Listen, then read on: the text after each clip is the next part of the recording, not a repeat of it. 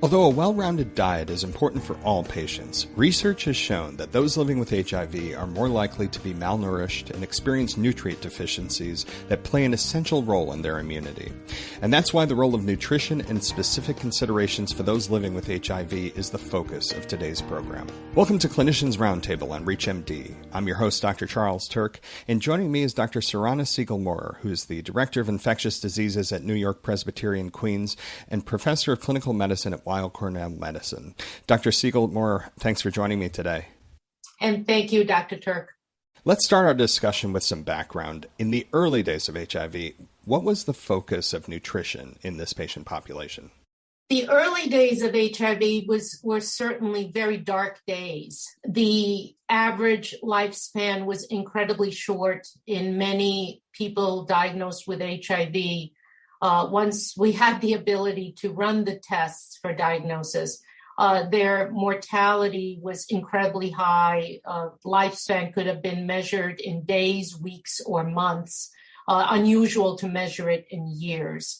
So our focus in their care was really to keep them alive and to take care of multiple concurrent opportunistic infections. So HIV wasting was incredibly widespread, and it was almost like a disease in itself. So our focus when it came to nutrition was really not based on cardiovascular considerations whatsoever. A typical recommendation was to really increase the calorie count. And we used to recommend several pounds of pasta a day with several sticks of butter. We used to recommend Haagen-Dazs ice cream, not specifically a trademark, but it happened at the time to be the highest fat content. Protein was a lot harder to get into some of these HIV-wasted patients. Their appetites were terribly poor, especially in the setting of opportunistic infections and oral and esophageal candidiasis. They were better able to tolerate the carbohydrates, and we pushed them. And I have to confess, I do not think I remember getting cholesterol profiles, worrying about any of those things, because really our goal was to feed and to keep them alive. And how has this focus on nutrition changed now that this patient population is living much longer? Yeah, so our focus on nutrition has really come 180 degrees. It's just been incredible. Being somebody who was there in the very early days of HIV and being here now, taking care of our people living with HIV.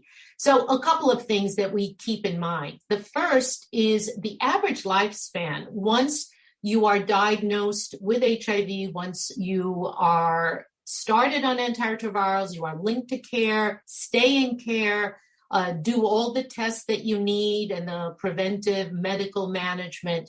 The average lifespan we know from the NA Accord trials and mathematical modeling is anywhere into the 7th or even 8th decade for somebody who enters in their 2nd decade. So we're talking really looking down the line at 50, 60 years.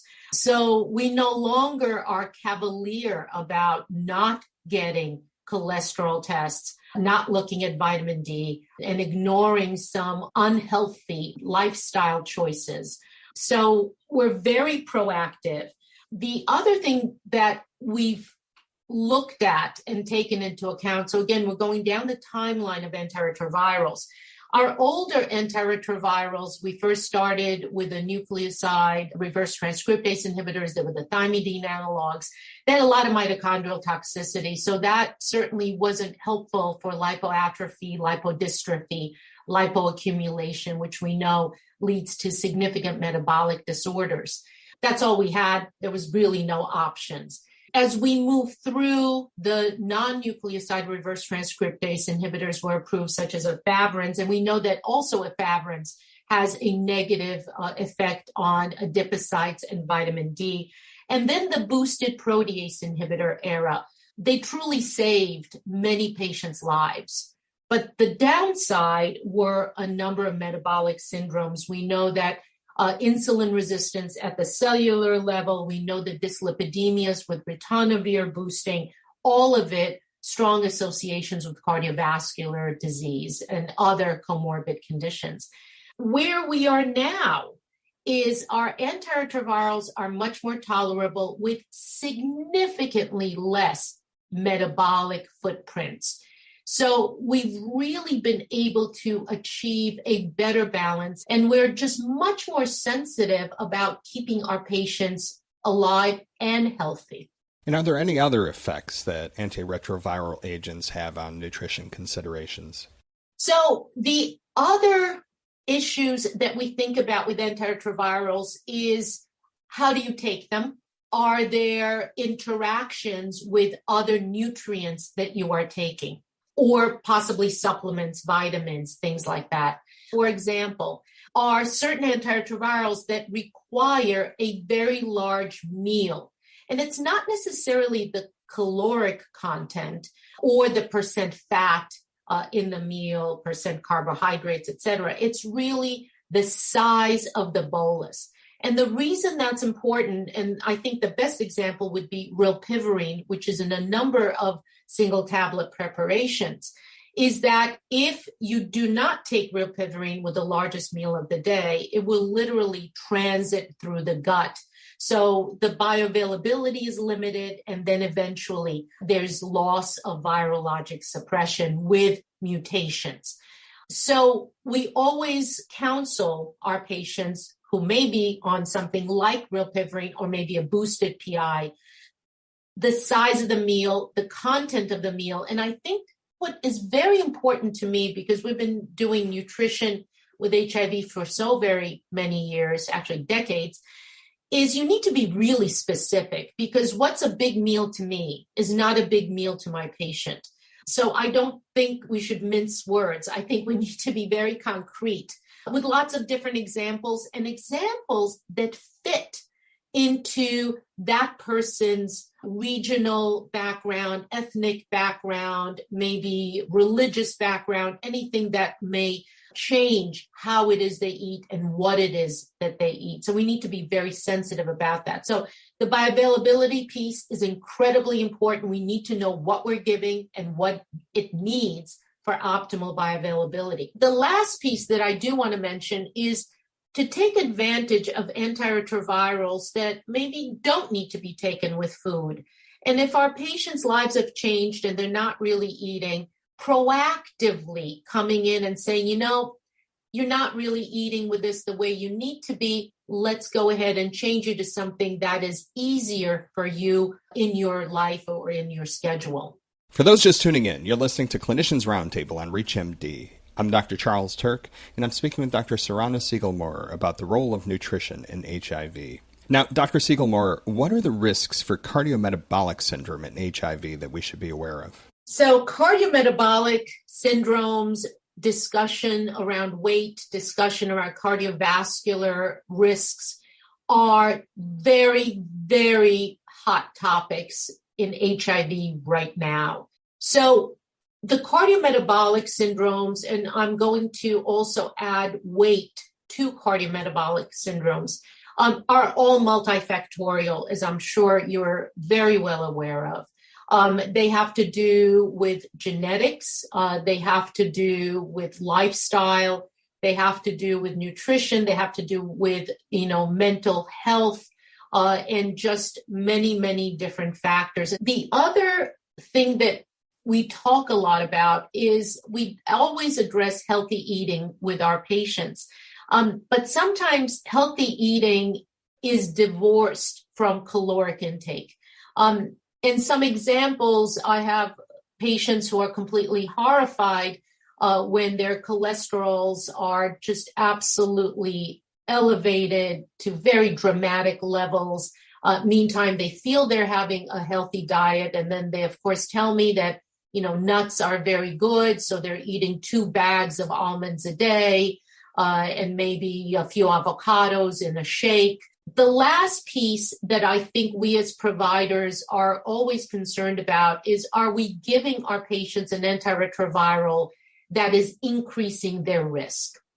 there is a lot of attention being paid to that because for many of us, it's something that you can change. For a number of years, there was concern that tenofovir alafenamide was a significant risk factor for increased weight because we saw in our patients that we were switching from tenofovir disoproxil fumarate, which is a negative impact on adipocytes. Once you switch to TAF or tenofovir alafenamide, there was a bump in the weight. It turns out that removing it doesn't really make a big difference when it comes to weight or cardiometabolic syndromes. And for some patients, it leads to virologic failure. So I want to put out a cautionary word to the providers listening that sometimes switching out or removing something that we think could be impacting this is not always in the best interest of the patient. And why should we keep patients' socioeconomic statuses in mind when recommending nutritional interventions in this patient population?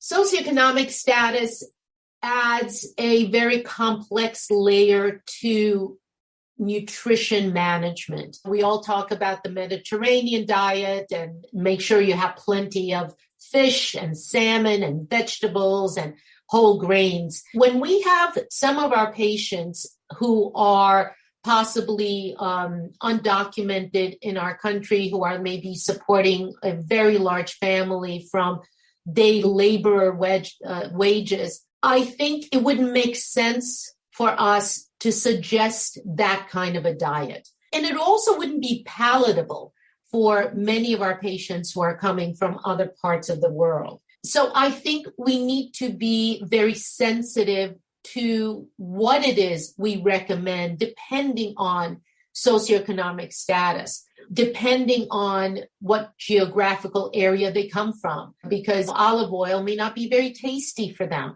Our greatest challenge, Dr. Turck, is our patients who are homeless, who do not have an established domicile, who have food insecurity, who are eating at soup kitchens and other areas where they're able to get food, because many of those tend to be very high in carbohydrates, very high in calories in order to be satisfying, but not always healthful. So that socioeconomic layer can be very challenging for many of us to try to help our patients. Lastly, what are some recommendations for nutritional supplements or vitamins in patients living with HIV? So recommendations looking at supplements and vitamins, I think we all agree vitamin D supplementation in the setting of deficiency is very important. So I think we are all on board with that. Other than that, I think many of us are on a spectrum. There are providers that are incredibly supportive of just extensive supplementation and just numerous vitamins. I tend to be on the other side of the spectrum because unless there's very specific malnutrition or specific significant vitamin deficiencies or mineral deficiencies, a single multivitamin with iron and minerals is important. Again, be careful not to dose it at the same time as your integrase inhibitor. Again, going back to some drug-drug interactions. Other than that, if there's any way they can access a balanced diet, as long as they don't have intolerance and as long as they have that ability to buy the components of a healthful diet, I very much push for that. I push for the protein, I push for the vegetables, the grains. I'm not one that's going to take out the prescription pad and just give a lot of vitamins and supplements. But clearly, we do need to address significant deficiencies. Well, these have been such important nutritional considerations for our patients living with HIV. And I want to thank my guest, Dr. Sorana Segal-Maurer, for joining me today and for sharing her insights. Dr. Segal-Maurer, thank you for a wonderful discussion. Thank you, Dr. Turck, for the opportunity. It's been fun. For ReachMD, I'm Dr. Charles Turck. To access this and other episodes in our series, visit reachmd.com/cliniciansroundtable, where you can be part of the knowledge. Thanks for listening.